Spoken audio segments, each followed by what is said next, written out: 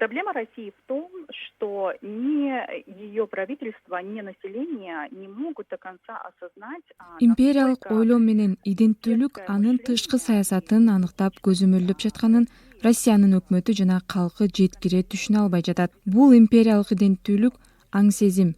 Россия кандай болсо дагы коңшу өлкөлөрдү, алардын аймагын көзөмөлдөп, алардын тагдырын чечүүгө акысы бар деп Казакстан, Украина, Грузия, Молдова, Кыргызстан сыяктуу өлкөлөрдүн тагдырын чечип, алардын башкаруучулары менен калкы эмнени ойлонуп, эмнени коюп жатканын көзөмөлгө алып жатканы да болууда.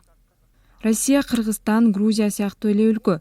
Эмне керек экенин алар азыркы убакта көз каранды эмес өлкө болгондон кийин өздөрү чечиш керек. Россияны Кыргызстан менен салыштыруу өзгөчө геосаясат жагынан алып келгенде кыйын го. Кайсы эле өлкө болбосун, экономикалык жана аскердик күчүнө таянып геосаясатта активдүү болот эмеспи?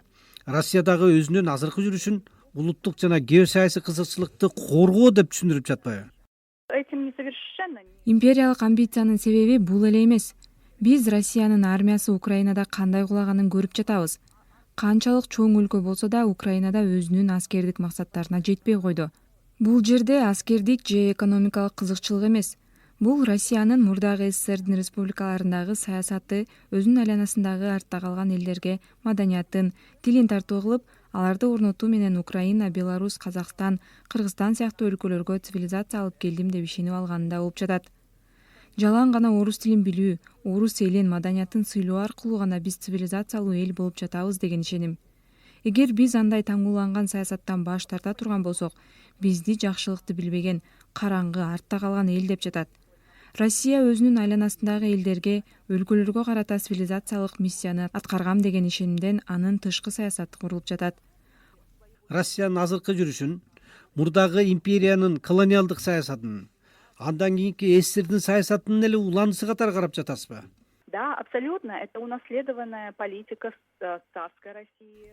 Ооба, бул падышалык Россиядан, андан кийин Советтик Россиядан мураска калган азыркы Путиндик Россиянын саясаты. Эмнеге ушундай болуп жатат? Анткени Россияда же тоталитардык, же авторитардык режим болуп келди.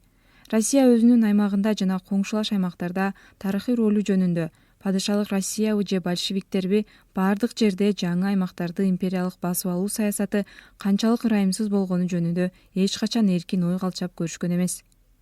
Канчалаган кан төгүлдү, канчалаган эл кырылды. Мурдагы Союздун аймагында канчалаган маданият түп орду менен жок болду.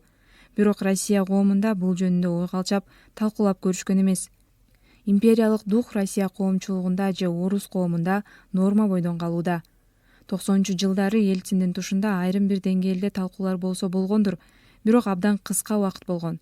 Путин ошондуктан тарыхый архивди ачтырбай, мемориал сыяктуу уюмдарды жаап, Советтер Союзу жөнүндө жаман сүйлөгөнгө тыюу салууда.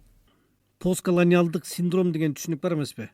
Көп жылдар бою колонияда болуп келген өлкөлөр эркиндикке чыккандан кийин дагы узак убакыт бою өз алдынча саясат жүргүзүүгө, өз алдынча чечим кабыл алууга кудуретсиз болуп калат экен да.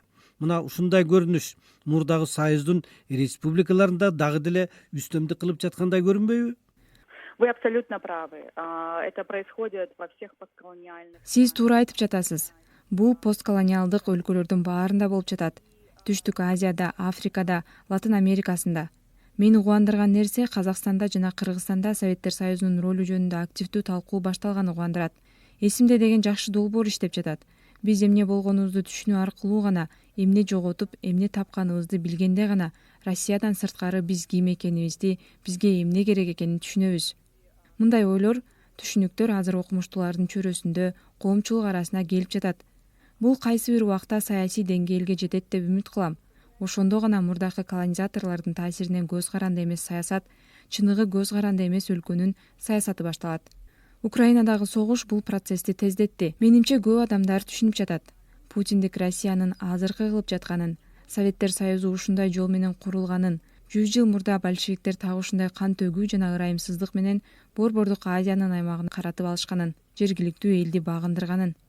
Тилекке каршы Россиянын элчилиги Борбордук Азиянын бардык өлкөлөрүндө алардын ички ишине кийлигишүүнү өзүнүн милдети катары санап, эмне жакшы, эмне жаман экенин өзү билгендей таңуулап келатат.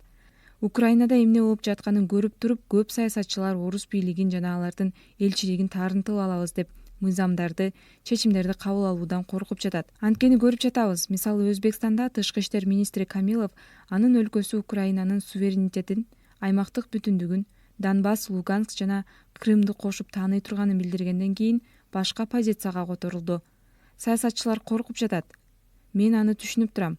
Бирок алар бара-бара көз каранды эмес ойломду өнүктүрүп, биргелешип ички кызыкчылыктагы саясатты жүргүзүүгө күчтөрүн бириктирет деп үмүт кылам. Внутренние интересы страны, интересы, которые затрагивают население страны.